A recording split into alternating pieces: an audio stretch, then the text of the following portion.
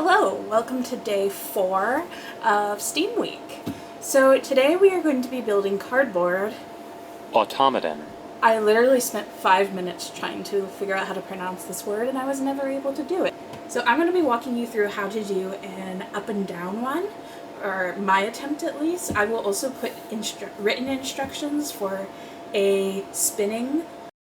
By using craft foam or cardboard, we are able to cut out circles that we call cams to create movement with a cam follower. The cam causes movement by rotating the cam follower, and depending on how you put your cam on your skewer, it can create different types of movement. But today we're going to be building them, and if you've watched before, you would see, if you watched the Broken Robot video, you would know that I built some. One really broken robot and one semi-broken robot. And so you can see, as you rotate it, it causes the upper one to rotate, which causes the figure on top to rotate. To make your project, you will need tape, scissors, a box, skewers and wooden sticks in a variety of sizes, cardboard, cardstock, plastic tubes that look like cut up straws, and the metal ball weights. I advise starting with like a normal box. Not everyone suggests this. Some people say, build a cardboard structure from scratch. You can do that if you want to and you have the supplies. I have some boxes around, and pasta boxes seem to work well because they're a little bit thicker and they even have a little area already cut out for a window, so I'll just make it bigger. And I kind of just tape up the front, the top. But I think these work really well and it saves some time and gives it structure. You'll also need something to help you make circles. So I have a compass. Another option is like a cup or something that's circular that you could trace. I picked this one because it has 2 sizes in case I decide I want to use a different one. So you can use either. Step 1, get a box. And I'm going to wait to close this all up until I kind of know what I'm doing. I'm actually going to cut a hole into my pasta box.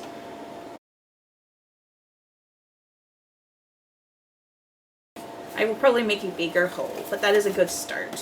When you're making something that goes up and down, the way you make that motion is having circles that are not center on your skewer. Now you don't have to have it as offset as I do, but you can, and depending on your size and where you put your skewer through, you're going to get different kinds of up and down movement. And so you need to make sure that your box can it can hold it all the way around, because it's not just this wide. If you watch, it starts here and it also goes this far on that side. And so you have to be careful. Because I was having a hard time, my circles were also hitting the back of the box. I cut out the back of the box, which solved that problem. So I'm probably going to cut the back out as well. I'm going to wait on that just a little bit, just because I want to see where we get. So you're going to want to figure out how you want your movement to look like. Depending on what box you use, you might decide to use a big or a small skewer. I'm thinking of using a big skewer for the thing that goes up and down, just so that I have more room to be able to move up and down. And I may trim this, so it might not be as long. I don't know if I have scissors that could cut through this. We shall see. But I'm afraid if I use this one, when it's at its lowest point, wherever that is, it may go too low. And I want to give myself some room to attach my drawing or whatever I'm deciding to do. So I'm going to use the big one for now. But I might look and see. Okay, we have a decent size on the wraparound. I might just use a small skewer for the side. But depending on your box, you might use different ones. That's why you have 3 of each, so that you can try different things out. I don't know what you might use 2 big ones, you might use 2 small ones. You might use one or the other, or you can then make more later if you have extra supplies. So I'm pretty sure I'm going to be using these 2. So now I want to make circles. To make circles, I have leftover boxes. So I'm going to want to pick the sizes. For your piece that goes up and down, you don't necessarily want it really big. So you don't need it that large. The other one determines how big of a difference you make. So if you make a tiny circle and it's off center, it's only going to go up and down a little bit. But if you have a bigger circle, it's going to make your item go up and down a lot more. And so you're going to want to decide what that looks like for you. Yeah, I have some pieces left over, and I have this circle already drawn out. I don't know if you can see that, but it's a decent sized circle. But I will admit, when I use it, I'll definitely have to make the back of my box come out. I'll have to take the back of my box off. So I'm going to try this one. Now, a key I learned is you can't have circles that aren't circular. Makes sense. But you want to make sure your circle is as circular as possible. So be careful when you're cutting. I don't know how forgiving this will be. I'm also going to measure because I'm not sure if I want to make a second one, a second circle that's this size and put them together. So I'm just measuring. It's about that size. So now I'm going to cut.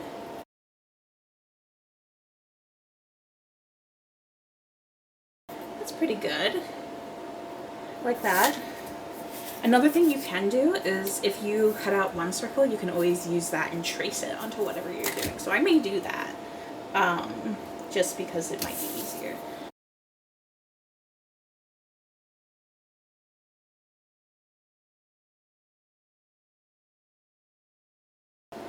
See, I'm already running into a problem that I ran into with the other one. So I was like, okay, let me cut out 2 circles that are the same size. And with that, I'll be able to make it like a thicker gear. And the circles aren't the same size. They're practically the same size, but they're just a little bit off. And I've learned if you're a little bit off, it's not going to work. So maybe I'll use that as my second circle, the one on top. So I can try some things.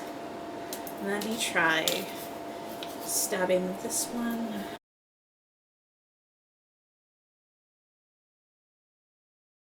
I have these 2 things. I'm going to wait to tape them just to see what happens when I put them into my box. I'm first going to cut out the back of my box.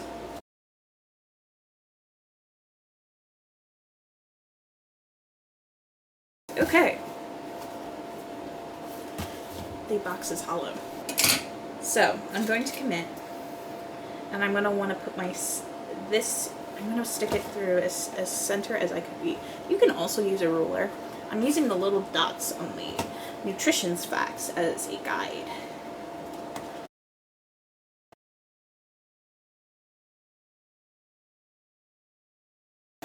Okay, so I have holes on both sides of my box, the right and left side. So I'm going to stick my skewer in, I'll stick my circle in it, and then stick it through the second hole.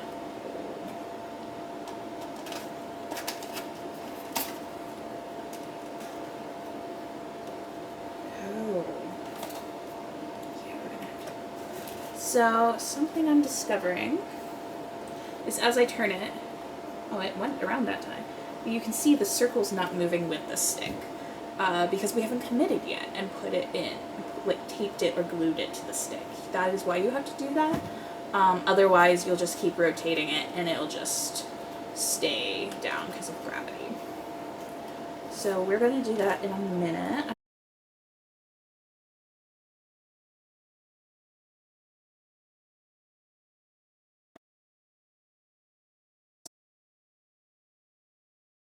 Some things I'm noticing right now, well, because we can't quite test this the way I wanted to. One, this circle is very big, and as it goes up, it's going to hit the side. It doesn't on that front side, but on the back you can see it kind of intersects with that. So I'm going to make that circle a little bit smaller. And then I need to make sure that I find everything's center before I tape or glue anything on the outside that makes it so I can't take out the skewers. One thing I've noticed that is very hard, and probably why people don't do this, once you've committed and put your circle on your skewer, it can be very difficult to put in and out of the holes you have made. So be careful with your skewer size and the circle size and where you place it. Let's start committing.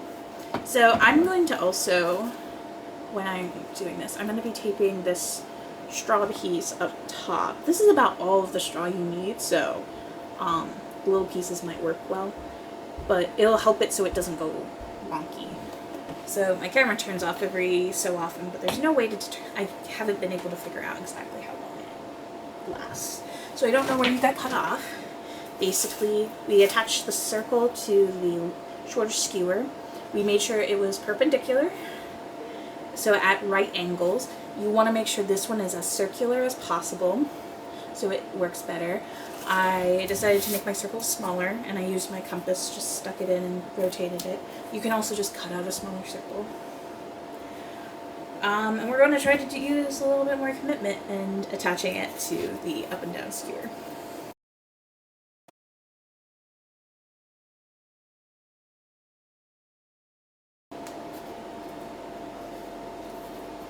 Your skewer is also going to get some weight from whatever you put on top of it. But it won't be super heavy, depending on what you're doing. I mean, I'm sure you can attach something that's heavier. You can also see here that my thing's very wobbly, and that's because I just taped to the bottom and not the top. So I'm going to put a little tape on the sides of this so it doesn't move as much.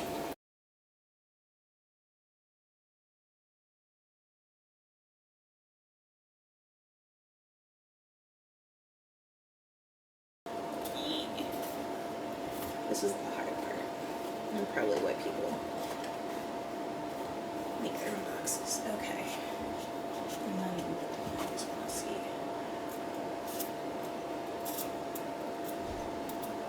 So I did bring it up. I'll bring it to its lowest point. Worked better when I did it back.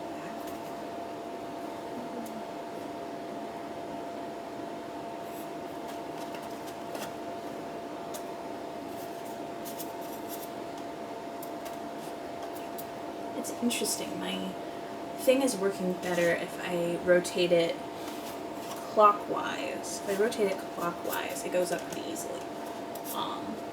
But when I do it counterclockwise, it really struggles. It must be just the way that it's curved on the gear. But we need to take it out and add weights. So as you see, as we are going up, it stays up and doesn't come back down. So that's why we have the little weights. I'm going to attempt this. I have not used these before, and I don't know how great they'll work with tape, but we're going to try. Because we're building, in order to build a working robot, you need to build a broken one. My thought is take a decent sized piece of tape and stick some balls to it and then put it on.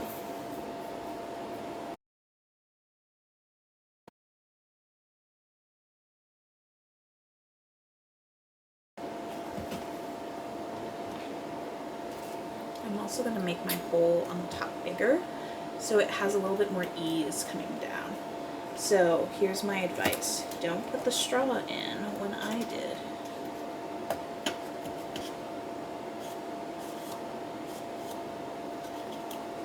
Is this going to work?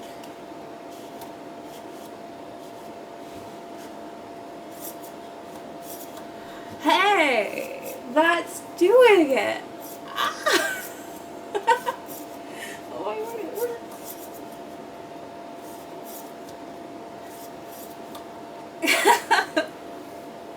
You're getting my genuine reaction. I did not know if I could do that. It's worked. It doesn't work. It's what's weird because if I turn it this way, it doesn't work. I think it's just the way it's cut. Maybe it's the way it's hitting tape. I don't know. It works. I'm gonna cut off some of the skewer if I can. I think I'm going to add another metal ball or two just to add a little weight, because this was enough that it made it work a little bit easier. So I'm going to take it out and add like 2 more weights. Be careful with these, not to lose them. If you have pets, make sure you're careful around them. I did advise like finding something to put them in. So like I put them in the tape. Okay, so I put 3 here and 3 here, and I'm gonna put 1 here and 1 here. So I don't want it all on one side. So that's why I've spread them out, because I don't want it to like tilt one way. You may also have to stretch out the hole on the top. And I'm just I had made some cuts that were like in an X, and so I spread it around. Here we go. So with this is pretty stable. I could just add whatever I wanted to the top and call myself done. The sides are always interesting. You can try to create like a handle, or you could put cardboard on either side here to make it so it doesn't move. This center part doesn't move left and right. I'm not sure if I'm going to do that.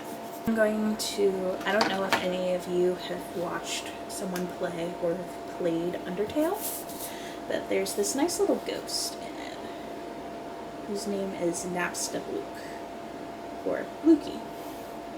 And so I'm gonna make Lukey. So there's the one side. I taped the back. You can also, what's fun is you can decorate the outside of the box. Like if you had wrapping paper, you could wrap it up, or if you had like some clear paper, not clear paper, some like plain paper, you could like tape it on or glue it on, and then you could use like markers and stuff and decorate it. I'm not going to do that right now. There's Napstablook. And there's a cardboard. Automaton. Because I still can't say it. Let's try this out.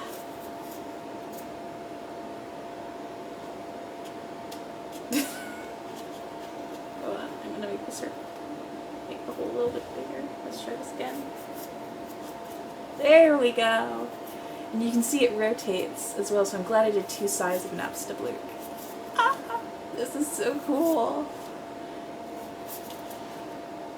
That's really cool. I really like this. It occasionally gets stuck, but that's okay. It's not perfect, but I think it turned out nicely. But also remember, if you're struggling on your first attempt, that's okay. This was my 3rd attempt at one, and second one of trying to do one that goes up and down. So like, don't worry, take your time.